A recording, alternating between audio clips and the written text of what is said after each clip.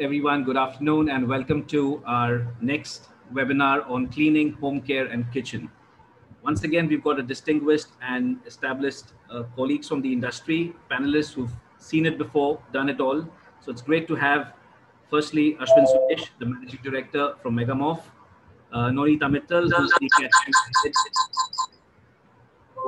cleaning and the home care for the own brand category from Trend Hypermarket. We've got Prerna Singh, the category manager for own brands, again for cleaning, kitchen and home care from Metro, Cash and Carry. We've got Samir Sheikh, an old face with CMPL, a regional head for buying and merchandising from Big Basket, and Saif Ahmed, who's the associate director with Grofers. So a warm welcome to each of you. Thank you for sparing some time and joining us for this session. I'd like to give each one of you a couple of minutes to introduce yourselves and let our attendees know more about you. So we begin with Samir. Hello everyone. I have broadly 15 plus years of experience into retail. I have started my career with Reliance Retail in 2007 and was with Reliance for 5 years. I was part of Hamleys inception team. So we launched Hamleys in India. And after Reliance, I spent 5 years in Tesco Star Bazaar.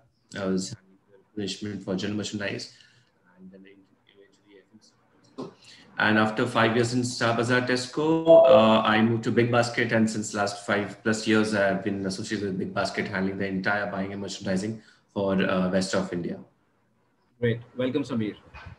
Saif, over to you. Yeah. So hi, and thank you so much, Vicky, CMPL team, attendees, for inviting me on this platform. The pandemic has changed our life. Consumer, manufacturer, retailer, everybody, like whole life has been changed, right?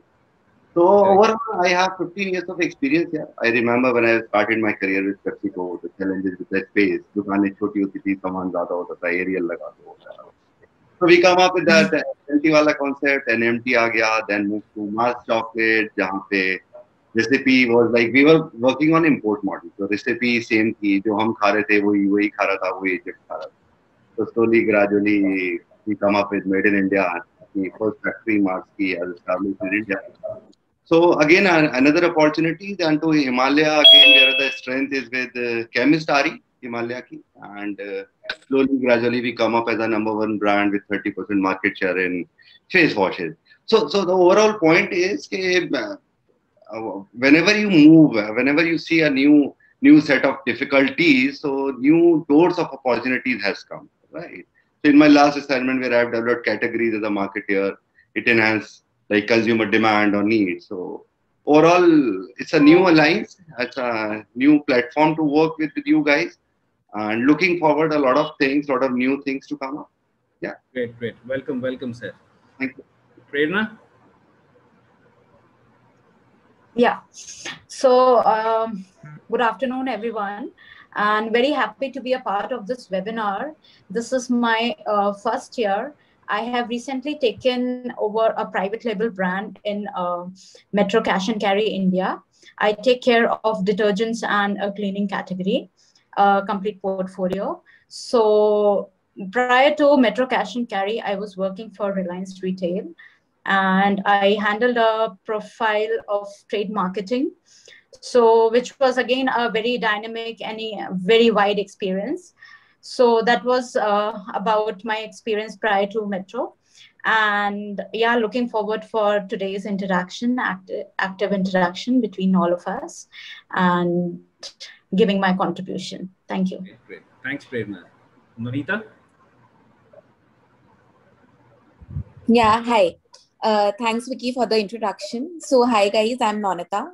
I've been currently associated with Trend Hyper Private Limited. It is a Tata Tesco venture. We have a modern trade retail chain called Star Bazaar. So I head the cleaning aid category for the modern trade chain, along with the development and management of the Tata brand called Clear.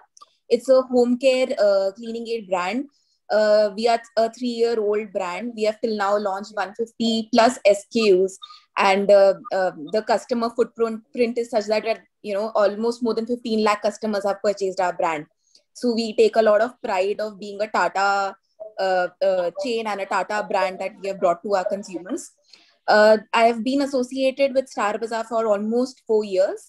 And this is the first time that I've been connected on this platform. So looking forward to a very enriching discussion so that it will help us to deal with the issues and challenges that we are facing currently. Great. Thank you. Thanks, Nonita. Ashwin. Hi, thanks, Vicky. Thanks for inviting me. I feel quite boxed in by all of our biggest customers around me. So good to be on the panel for sure. So we at Megamart have been into contract manufacturing for about 12 years now. And slowly and steadily, we have grown into one of the largest manufacturers of cleaning liquids and disinfectants in the country. We have 2 manufacturing facilities, one in Bangalore and one in Indore, because ultimately in this category, transport is something that really eats away margins at everybody's end. So that's a strategy that we've been using to help most of our customers. And on my right, Prerna is one of our biggest customers today. And we service all 28 stores of Metro Cash and Carry from our 2 factories. And we've been doing so, slowly growing store by store over the last 2 years. The last year has been very interesting, and I think Vicky has been a crucial part in us growing even during the lockdown. This was, of course, the category of 2020, and we've done reasonably well thanks to the support of our existing customers and new people who we came across thanks to the CMPL and Move platform. Great. Thanks, Ashwin. So here we've got a manufacturer on the panel. We've got retailers across the board, online retailers, offline retailers. So it's going to be a dynamic and interesting discussion. So let's begin. My first question would be to Nonita, Saif, and Sameer. I'll address this to each one of you. Last year, obviously, cleaning, disinfectants, hygiene was a crucial category, which saw a lot of opportunities in the COVID times. So, from your perspective, what did you see in this category for the last year, and what is the way forward for this category in 2021? Your insights. Sameer, we begin with you. Yeah.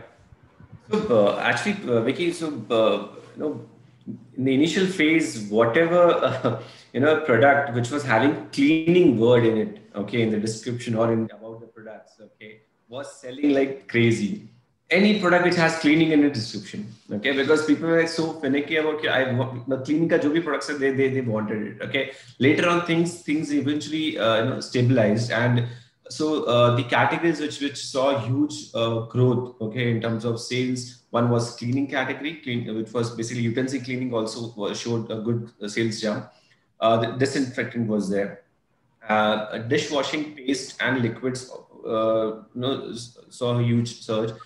Then after that, a lot of floor cleaners saw a huge surge. Okay, toilet cleaners saw a huge surge. So all these categories saw a huge surge. The categories which is still growing, okay, are the surface cleaners, which is disinfectant sprays. Okay, is still continue to grow, and a lot of brands have now recently, last 2-3 months, a lot of national brands have come up with these surface disinfectants. Previously they were not there, but they're still coming, and new brands are also coming into this category. So that is continue to growing. Floor cleaners is continue to growing. Okay, there's still people want standard instead of standard white, they want more varieties in that. So normally, if you see, we have normally in floor cleaners or toilet cleaners, they have 1 or 2 variants, but we have more than 3 or 4 variants in that category, because there is a demand for it. So these are 2 specific categories, which I can foresee that is growing and will continue to grow. Okay, interesting. Nonita, your thoughts? Yeah, so I would say definitely, as you rightly said, 2020 was a year where we can say a health and a hygiene theme ran during the year, right? While cleaning has always been indispensable part of every household, disinfectant per se is something that came into the light in the year 2020. We saw a lot of brands, lot of reputed manufacturers like HUL, RV coming up with new products, and Godrej coming up with new products, which was suddenly introduced by the end of Q1 in 2020, and consumers did react to that kind of a demand. Probably out of fear, there was a lot of buying for those kind of demand. But if I have to reflect back, I did see that by the fag end of Q3, or you talk about the January which has just gone by, 2021, the sales did slump, and the sales have actually plateaued for those disinfectant products. So in my opinion, having said that, the increased bill value in cleaning aid categories does portray that the consumer is and will be, comfortable spending more on home care hygiene. So hence, I feel products which will serve dual purpose of both disinfectant and cleaning should and will dominate 2021, such as multi-purpose cleaners, kitchen cleaners. In fact, the constant or the king of home care category product, which is the detergent, will also be reintroduced with a version of new claims such as germ kill properties. So I'm sure the existing ones and the new ones like the surface cleaners would dominate 2021. Interesting. Thank you. Saif, your views, please. Yeah, sure. So what Samir has put is rightly said that cleaners and surface cleaner, floor cleaner. So among all these categories, I think floor cleaner is one category which is skyrocketed, not only in penetration but also in the consumption pattern. So earlier it was like this kind of floor cleaners was led by SEC A or B type of consumers with the penetration of say 14%. But now it's gone to 19%. Like it settled down on 19, gone to 21 typo, and now it's settled down on 19%. So earlier traction was increase in SEC C also now with the lower TCL. Just to add on this, the population, the towns which are having population less than 5 lakh is now consuming these kind of products. Right. So if I talk about the consumption earlier, average consumption was 752 ml per household. Now it's gone to 890 ml per household. So yeah, there is a long way to go for this floor cleaner. So clearly it gains attraction across the pop data, and places like in UP and from Central Bihar or East West Bengal, they are the key drivers for the category. And this change is irreversible. Understand? Everybody like this. This has become a habit now. In every cart, you will find that floor cleaner is a part of monthly grocery. Like have to buy that. Correct, yeah. So also these purchases majorly led by female consumers, and due to all these pandemic, product attributes also changed. Like earlier it was dust and stains only. Now the bacteria and all infections and all those things come into play. So I'm sure this category will involve more and in coming years, and it's a irreversible habit. Yeah. Interesting. Thank you. Thanks. So great insights. Firstly, Vicky, just to add on this, Vicky. So what we have seen is disinfectants and surface cleaners are gaining more mileage in the urban areas. Okay, and a lot of from past experience, what I can sense is that what happens is any new trend first catches in tier 1 city and then eventually moves to tier 2 city and from urban to rural. And I think surface cleaner is also one of those areas which is right now more focused on the urban areas, but soon will move to rural areas also. So there is a scope of increasing sales in tier 2 in soon, in the near future. So it has increased in terms of penetration. It has increased. Somewhere I am going through the Nielsen data, so I've seen that in these smaller towns, it's like rocketed and penetration is increased. So which means from this discussion, multi-purpose cleaners or multi-purpose, is the way forward, is what I'm kind of comprehending with the points, which is that the other categories were always there, the products were there, but if it performs a dual role, you can expect more traction in this category. Great. So my next question would be to Prerna and Nonita. Let's say from a manufacturer's perspective, your brand is going to be at stake as a retailer for your retailer brand. So what are the attributes that you look at from a manufacturer's point of view, which would attract a retailer? Prerna? So I would say here, since a private label or own brand business has a lot of interdependency. Why? Because either you are a contract manufacturer or a manufacturer, right? So in that case, the manufacturing is done by a brand, a company, and then the selling is sold by a different retailer, right? So altogether, both are the two different brands. And there is a lot of interdependency involved. So coming back to attributes part, availability of accurate and content-rich supplier is a necessity of any business. So improved insights into a supplier's capability is critical for any activity related to a supplier, like sourcing or say category management, contract or delivery and payments. So in order to mitigate these risks, we need to take care of certain important factors.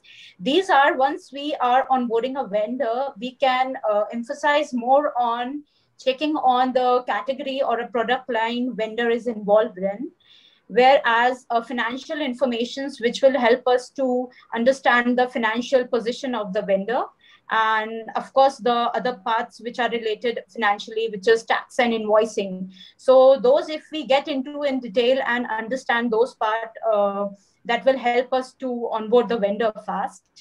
And apart from that, there is certifications which are especially ISOs, environmental certifications. For example, these garbage bags have a issue. We see maybe 6 months back, there was an issue with the garbage bag because plastics were banned, right? And similarly, there is upcoming government regulations for mosquito repellent. So going forward, next year, they will be sold with a code which is again vendors have to implement those and get it embedded along with the packaging. So these kind of issues, if are taken care of, will help us to onboard the vendor fast. And again, there is licensing, which plays a very important role. Apart from licensing, there comes business policies and logistics and delivery. If we just have a very clear view of these important factors, this will help vendors to get onboarded fast. Okay, great. Well taken. Thanks. Thanks, Prerna. Nonita, any points to add? Yeah, so I would definitely talk about the process that we have developed over the 3 years with Tata, which I think has actually helped us to instill that feeling to the vendor that while this is a brand that I am selling as a retailer, but he or she should, or the manufacturer should equally feel proud and associate with the brand. And I think that kind of maturity would only ensure that your brand is a success on the shelf and you have a standard quality across all supplies from the vendor. So it's a very small 3-step process that we follow. Before onboarding, we have a very stringent audit process, wherein there are various attributes that would ensure a standard quality supply from the vendor. Once the vendor is green rated, then only we discuss or initiate the commercial discussions and the sampling with the vendor. So that's part one, which takes care of, okay, fine, the hygiene checklist is tick marked with the vendor in terms of audit. The second part is the fact that we have to take care of the vendor and, to ensure that, my brand is at stake does not only end at the onboarding stage. It is through the life cycle or the business association that we have with the vendor, and we continue during the life cycle of the product. So every year also we do this audit so that, we make sure that the vendor is, up to date with the all kind of audit requirements and all kind of, as Prerna said, all kind of new ISO or any regulations that are coming up in the market. So even it is also important that the current vendor is updated. So that takes care of the technical or the hygiene capability of the vendor. The second most important part that we at Tata has developed is called a vendor scorecard, wherein we are putting a lot of emphasis on the soft skills of the vendor's ability. What are the soft skills? It is the vendor's ability to partner in R&D, the problem solving attitude, and, a timely root cause analysis. So, it's a product, there are bound to be issues. Sometimes we experiment with some kind of a packaging or some kind of a formulation. But as far as the vendor is, open to take those mistakes or to have a learning curve with us as retailers, I think the brand would be a success on the shelf. And lastly, one of the things that we have just started is we have started engaging our partners in the marketing activities that we are going to do with the brand. So we time on time, we keep telling them, what, the dishwash gel that you are supplying to us, we are investing X marketing dollars on same. We are going to do an advertisement on the social media. We are going to, this is the offer we are running. This is the gold event sales. So we keep doing that so that the vendor feels associated with the product and not only looks at us as a purchase on order feeder. So it becomes brand for the vendor as well. Oh, correct. So it kind of helps them. They can treat it like their own brand rather than Right. just the client. Right. Correct. Correct. Great, great. Nice point. Just to add on to what Nonita was saying, ultimately, it's both our names on the label. So it's they're marketed by and are manufactured by. We'll be surprised by the number of calls we get saying that, oh, we saw your product in Metro, you manufacturing Metro's Arrow. So it's a reputation that we're building by giving good products to our partners. And we've always seen that customers who treat us as partners rather than just, like she said, a purchase order supplier, is something where products do succeed. A partnership spirit where both of them are equally invested is where success is almost guaranteed, because we bring a certain skill set to the table, and of course the people who we are partnering with bring a certain skill set. Once we bring that together is when we can see those products succeed. Great, great.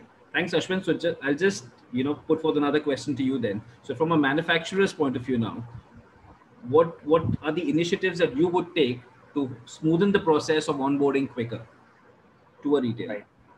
So as a manufacturer, most of the more critical components that a customer who comes to us would be interested in is our quality, our consistency, and our transparency. These are three things that are crucial to getting a job of contract manufacturing, because most of the time I see people complaining with their current vendor on consistency, that ek baar is color aaya, dusri baar ye color aaya, things like that come up where packaging is not consistent or the product itself is not consistent.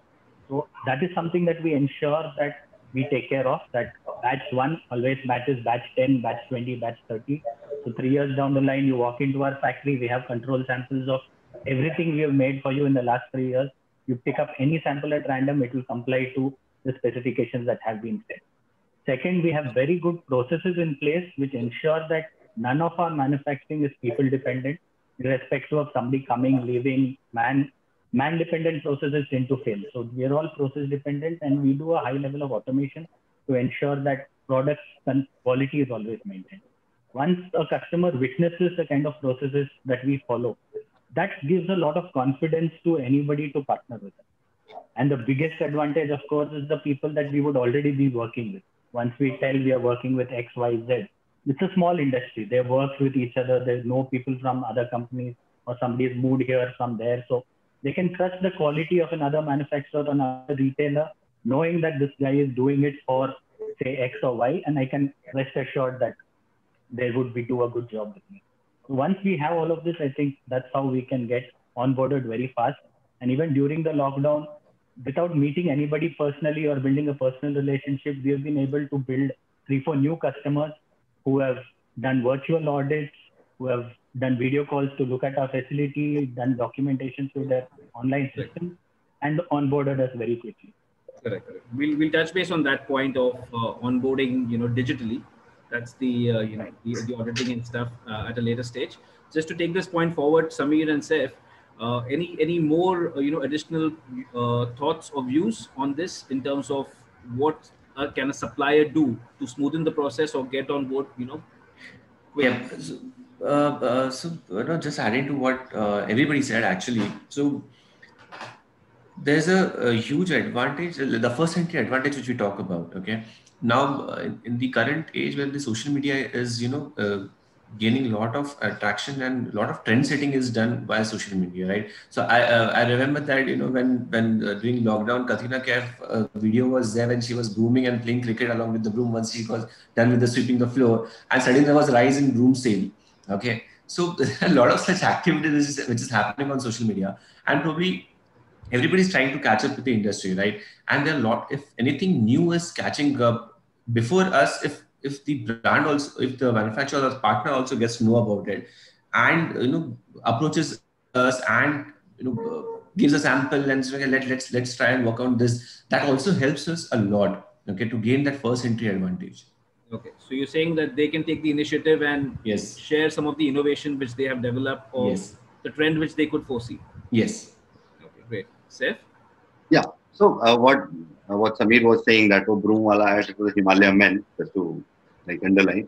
So anyway, regarding that, what he was saying, that product innovation is important. Yes, the product should be unique and enough strong for a solution provider. It should not add just into the tail of the product. Like badly put example like Vicks ka, there was a baby Vicks and adult Vicks or fairness cream, men's and women. So as a consumer side, consumer are not finding any difference in those products, right?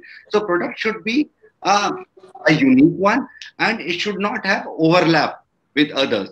Like a product men's, and when we come to the child ke liye, like baby Horlicks, and then we come up women Horlicks, mother Horlicks. So there should not be overlap in the products, right? So you should have when somebody develops the product, it should be very unique, and it should be more product attribute should come up with a solution for the consumer. It should not like come up one more product only. So that's the mere word. What to be a USP? There's got to be an X factor to it. Yeah, something different. Okay, interesting. So yeah, so coming back to the online digital audits, Nonita, I'll ask this question to you first. Last year, or during the last few months, when at the time of the lockdown, how was it that you had to onboard new suppliers? Some of the initiatives which you guys took at Star Bazaar. Right. So yes, Vicky, we didn't end up onboarding a lot of suppliers, but we did end up onboarding almost 3 new suppliers. One was pre-audited pre-COVID era, and 2 were audited during the Q2 of last year, which was almost in October. Okay. So as Sameer said, the virtual audit was the key point, which helped us without even meeting the vendor. So when I say virtual audit, there were virtual videos, or you can say there was video video tours of the factory, which were shared by the vendor. So there was an audit date which was fixed, but even prior to the audit date, because there was no such interaction, there was no small snippets shared by our vendor, to say, see, how are my factories running, how I am doing the raw material checking, just a very basic, just to give that confidence that yes, I am capable and we can do this, without even meeting. So that was one of the things that we did. The initial hiccup in this entire digital onboarding process was more from the supplier than from what we saw at Star Bazaar. So the internal team was geared up, the quality team and the R&D team, but the supplier somehow was hesitant in sharing the documents, was hesitant in, sharing the videos or aligning those. So we had some trouble, or there was some lead time which spent in aligning those dates to get the video tour of the factory. And probably one of the reasons that we identified was because things were not stable, and I probably we'll discuss this in our discussion as well, that one of the things which has majorly hit cleaning industry or the procurement was the fluctuating raw material prices, right? So probably they were sure to, is this the right time to invest their resources and energy in, catering to a new business? Or is it that, so if my manpower is less, everything is less, let me just focus on the orders that I already have. So there was that kind of gap understanding which was there, wherein, that belief or that confidence that we as a retailer had to give to the supplier, that it's okay. If the process is slower than regular, we would respect that. If the lead times are longer than the regular, we would respect that. But let's work towards it. Otherwise, it would be an year otherwise we would just lose an year and not be able to, go as per our launch plans, or not be able to give to the consumer the changes they are looking for in the product. Correct. So definitely virtual audits was one of the big things. Other big thing that we did was sampling. So during the onboarding process, we ran 2-3 processes parallelly. So there was a commercial team which was discussing commercials. There was a quality team which was doing the video audit of the factory. And then there was a sampling that called for the samples and was already distributing samples with all the stakeholders, because there was a lead time involved there also, right? I had to give it to my boss, and there were management stakeholders which wanted to see the samples. So there was a lead time involved in all this process. But yeah, I think patience and a constant follow-up did help us, get a successful onboarding, and we are right now successful in business with them. Great. Patience is the key, I guess, especially in these times. That's the key word. Prerna, something different which you guys did at Metro? So with the onset of COVID-19, rules have completely changed. So as Nonita already mentioned, it was all about, virtual meetings and aligning vendors virtually. So it took quite a while for for us to adapt, for us and vendor supplier, of course, to adapt that, because we are more used to of negotiations over face to face, right? So I believe that was one challenge where the negotiations were done like offline. It was virtually done, so that took a while for both the parties to adapt that and get into streamlined and get used to it. So that took quite a while. And then other challenge what I experienced was getting the sampling done. So since Metro was all closed down, so there were samples which we received at our residence, and then we again shipped it out to the team members just to QA and do the sampling and get the feedbacks on the samples. So to manage that, to align it with a lot of people, it was quite difficult, but somehow we managed that.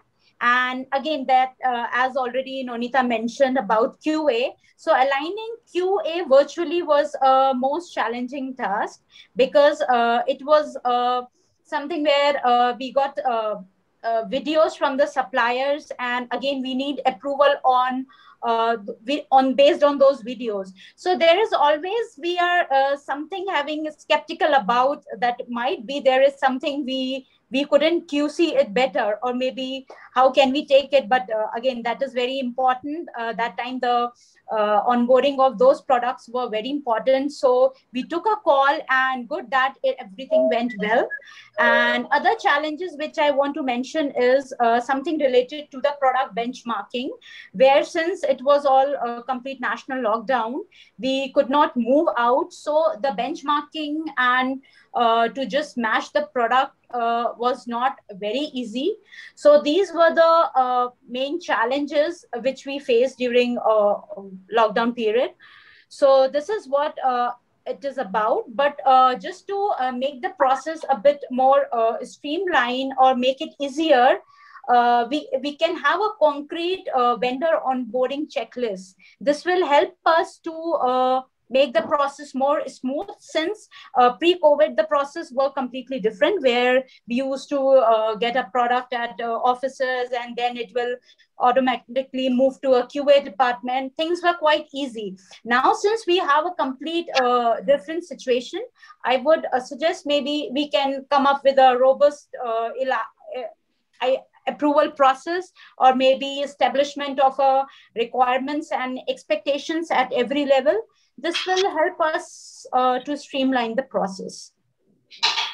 Thanks, Prerna. Saif, any obstacles or challenges or a change in strategy that you experienced over the last few months? Not exactly. The only thing which is added up to all these things is speed, right? So earlier we used to travel. You have to plan the travels to the factories, the quality team is going and all those things. The only thing which is added during this COVID era is speed.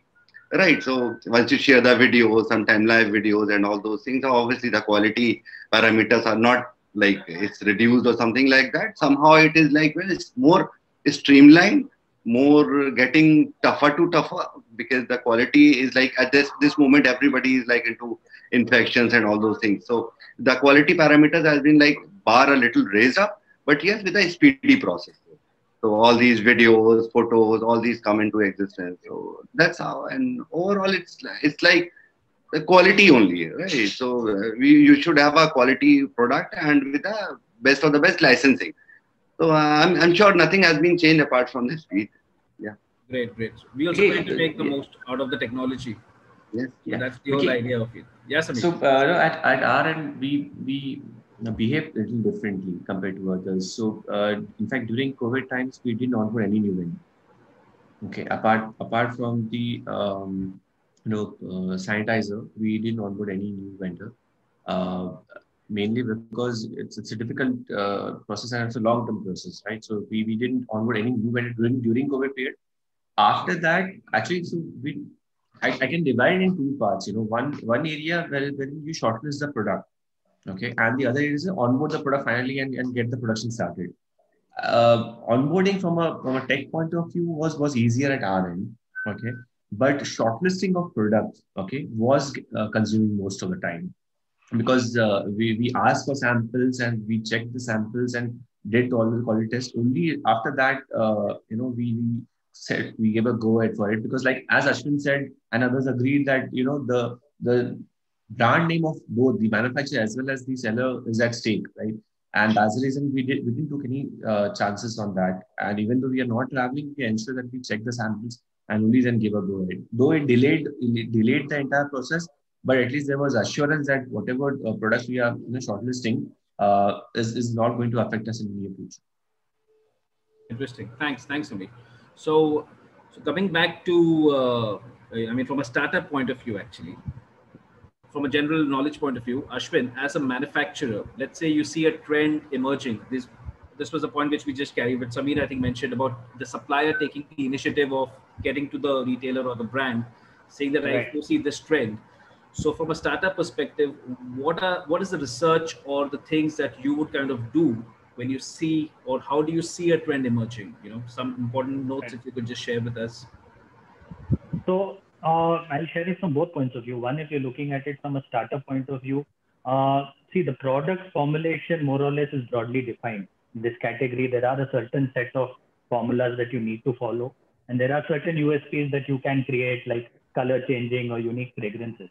But here, the biggest opportunity that I see coming up in India now is unique packaging. And also, we need to understand a lot about the customer and their mode of delivery. So whether it's a wholesaler, it's a retailer, an online retailer, or a completely e-commerce based business, shipping of liquids is absolutely very critical, because if there is leakage, it's going to damage everything around it. So if, say, an Amazon has to ship a toilet cleaner, we have to be doubly sure that packaging is in place. So packaging research, product research, of course. In terms of trends, we do try to analyze who are the new players coming into the space.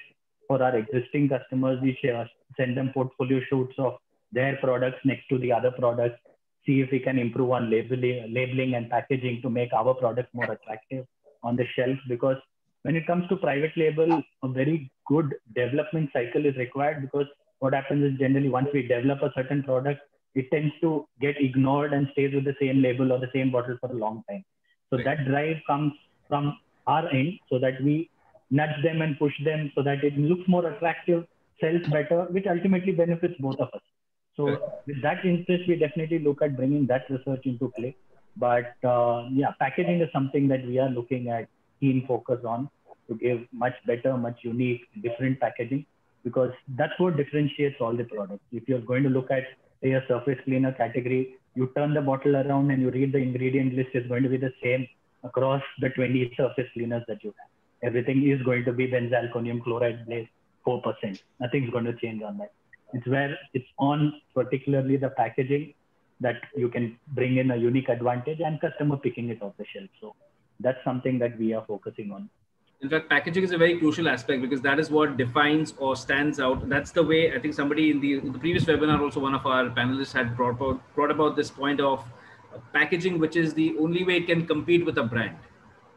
Right. Because if not better, from a brand perspective. When I was working with Pepsi, there was a product called Stats. It looks like a Pringle box, right? So Pepsi has launched it, and worldwide it was very good product. When they launched in India, so it was crashed like anything. In another 3 months or 4 months time, it's crashed. Then R&D, lots of people are working here and there, why it has been crashed. The point is because of packaging. We are not putting that nitrogen wala over there, so that all the chips pieces and the crisps is like crushed. That's why that product never pick up in India. And now again, Pringle was struggling and all those things. So packaging is one important thing actually.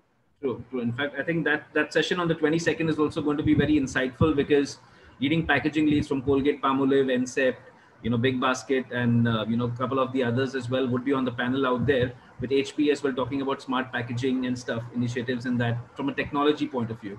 So yeah, that's another session which we would be focusing on the 22nd.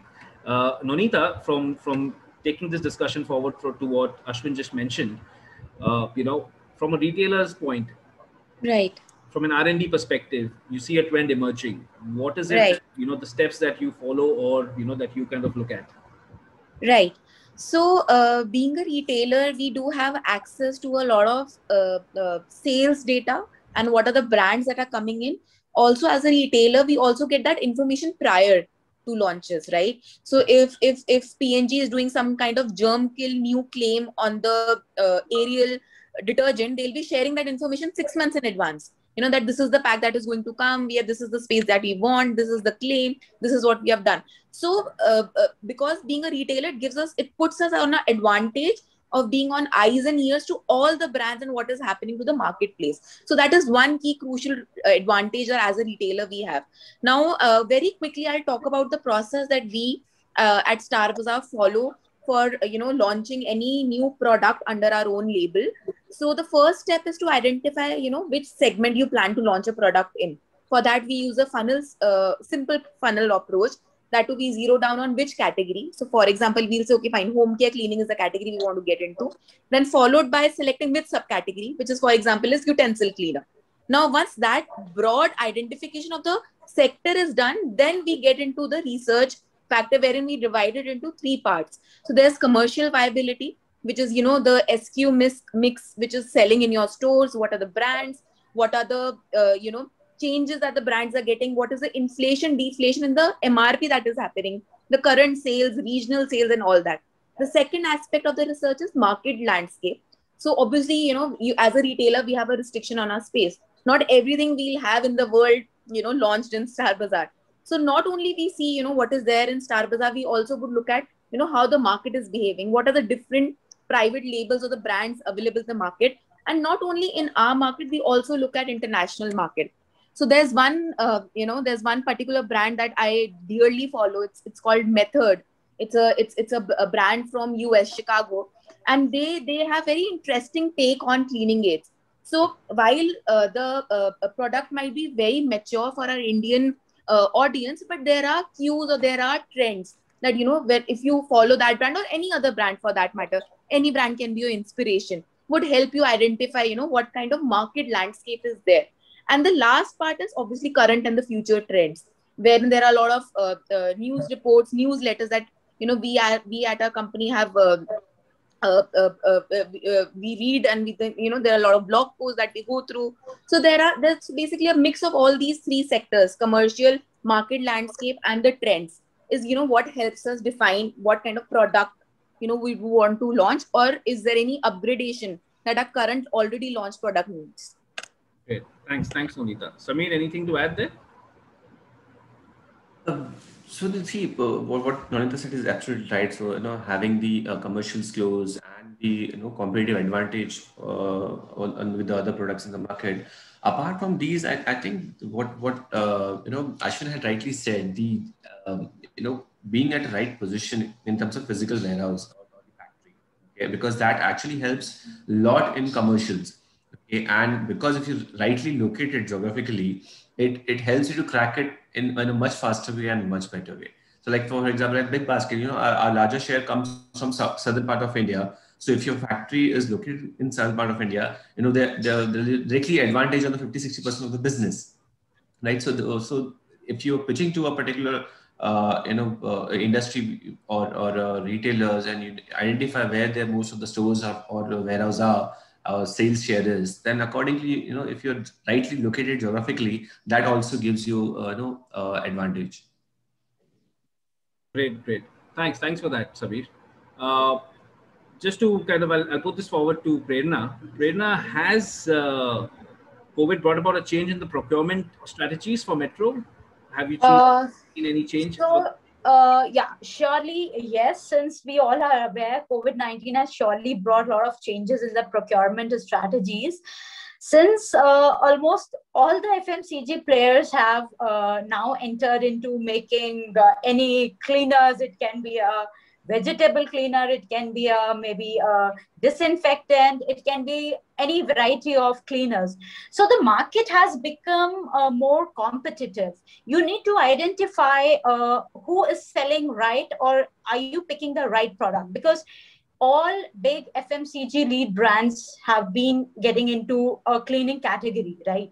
So when you see there is a lot of chunk in the market, it even gets difficult for us to identify what is the right product, or what shall we pick from the market, or which will move in the market or which will not move in the market. So these kind of things will again require us to get into a deep market research and then decide on the products. So for sure, there are changes in the procurement strategies. And again, I mean, there are challenges also. Again, there are opportunity towards it also. So the opportunity part is we are able to negotiate on margins in a better way, because there are again a lot of new entrants in the market and there is a already existing market leader. So of course there is a good scope for margin negotiations. Great. Saif, any changes that you see from a procurement side? You mentioned that not really just the speeding part of it, I think, which you focused on. Not exactly. If I go back to the playbook, what we have learned, unlearned in those times. So rightly said, there are a lot of competition. People are coming with a lot of different products due to the COVID and all.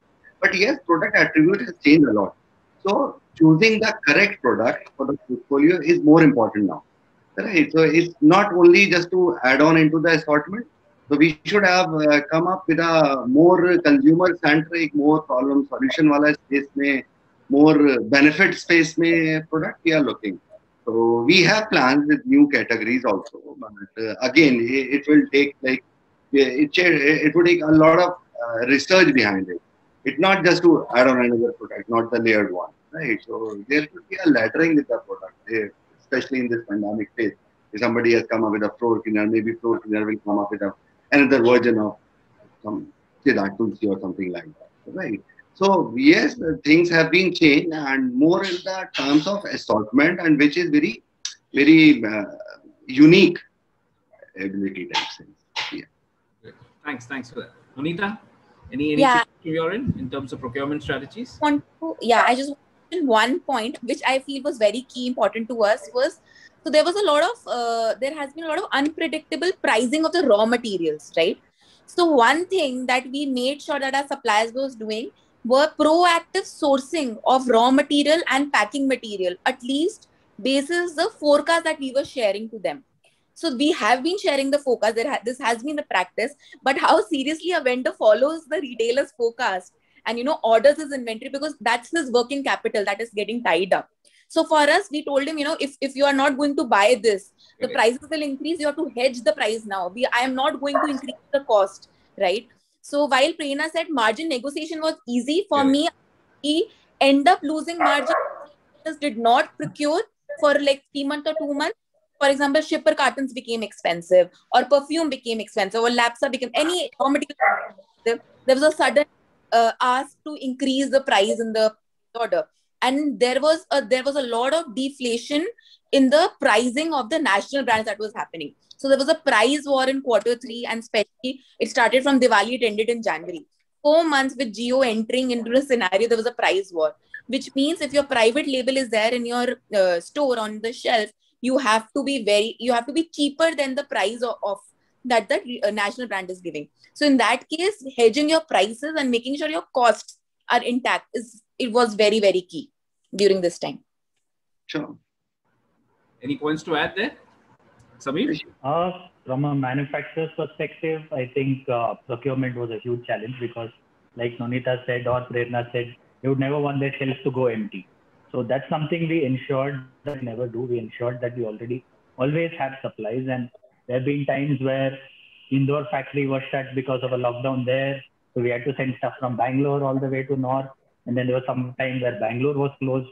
So we had to send from Indore. So we used to juggle around in all kinds of ways and fashions to ensure that stock doesn't go off the shelf. There has to be stock on the shelf. Nothing goes out of stock. So it was challenging, but I think worst is over, and we can only look forward to better times ahead. And a lot of our dependency on China for certain components has come down. Many components are getting manufactured in India now. So some simple things like your pumps and triggers went completely out of stock due to sanitizers and hand wash, but we did find alternatives and we were able to get to that phase. Great, that's good. Thanks, Ashwin. What we'll do is we'll quickly take some questions out here before, I'll put forth some closing remarks from your end as well. We're approaching the 4 p.m. kind of deadline.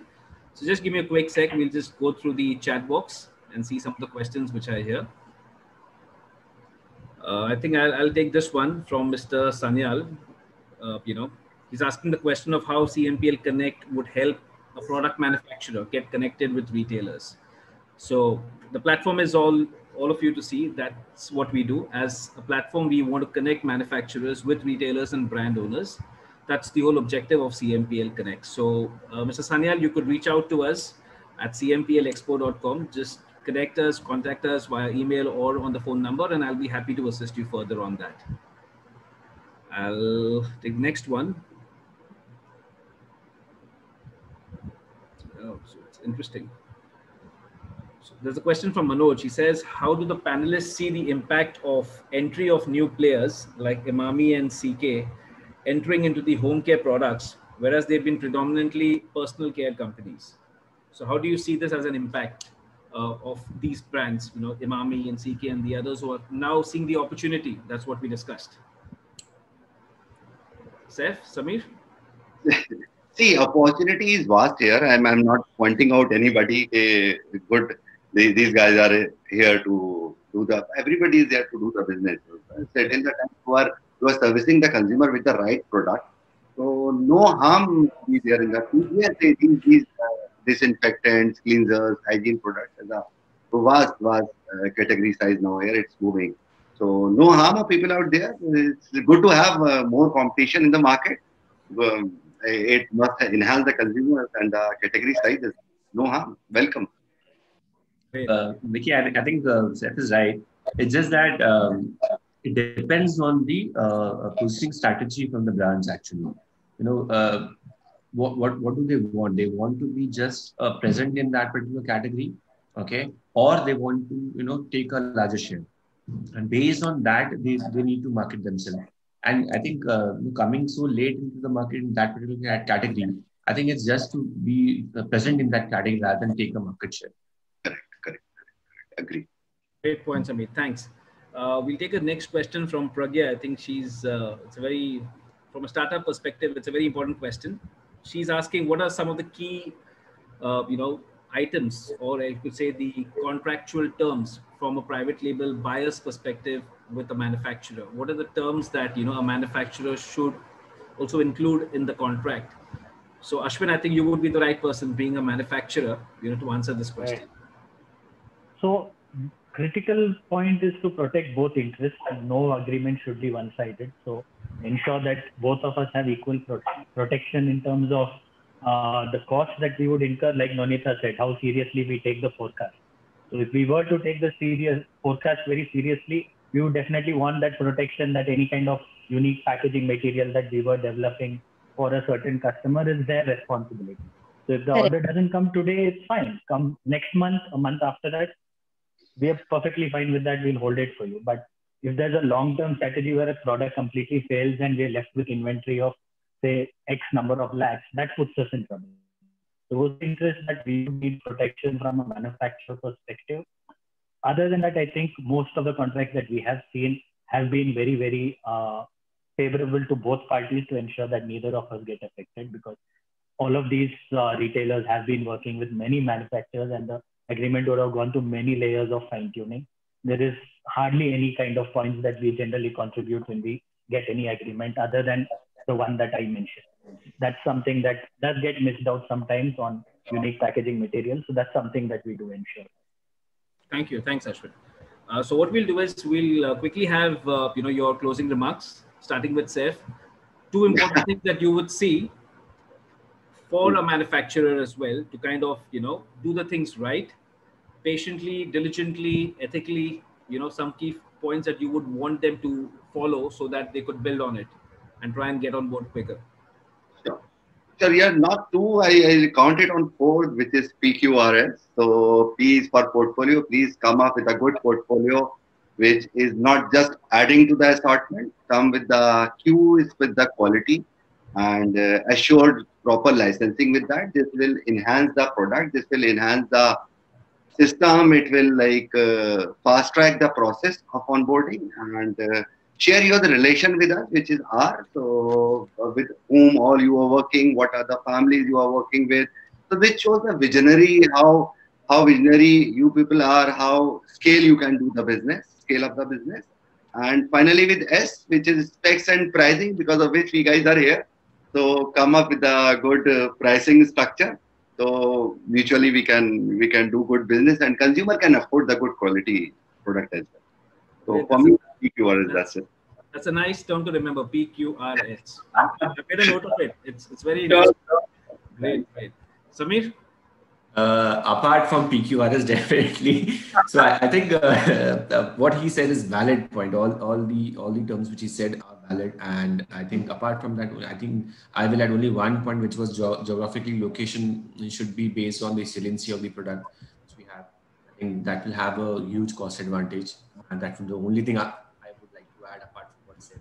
It's a good point. I'll remember this. Thank you.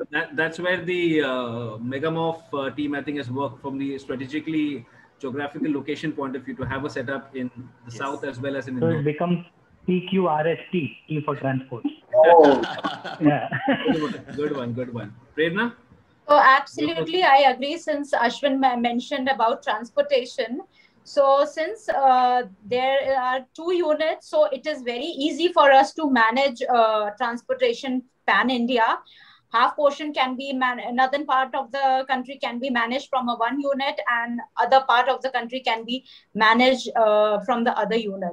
So just adding on one point, I would say a market research about deep market research about a product attributes will always help a vendor to get onboarded fast, because the deep knowledge, since a vendor is a supplier is a manufacturer, so the deep knowledge about the product attributes he will get from a market research, that will always help us to make the process very fast. And also this will help us to to take the process forward, because in that case, if we have a clear information, we can go to the step head in an easier way. Okay. Thank you. Thanks, Prerna. Nonita, your remarks? As I think all the points are covered, I will just say one point. I don't know if it's not a very generic point, but if the supplier, has some expertise in, for example, a flow cleaner or something, and they have already got it tested with some third-party labs, and while onboarding the process, they share those documents. It just increases my confidence in giving my product to the person, because I know the formulation, the product is already evaluated, and at least is check verified. Because as Ashwin said and Samir said, there's not much difference in the formulation per se. So if the basics are correct and it's something that the vendor is already selling and is doing well, and those basics are there, I think that would help for a quicker onboarding. Great. Thank you. Thanks, Nonita. Ashwin? Yeah.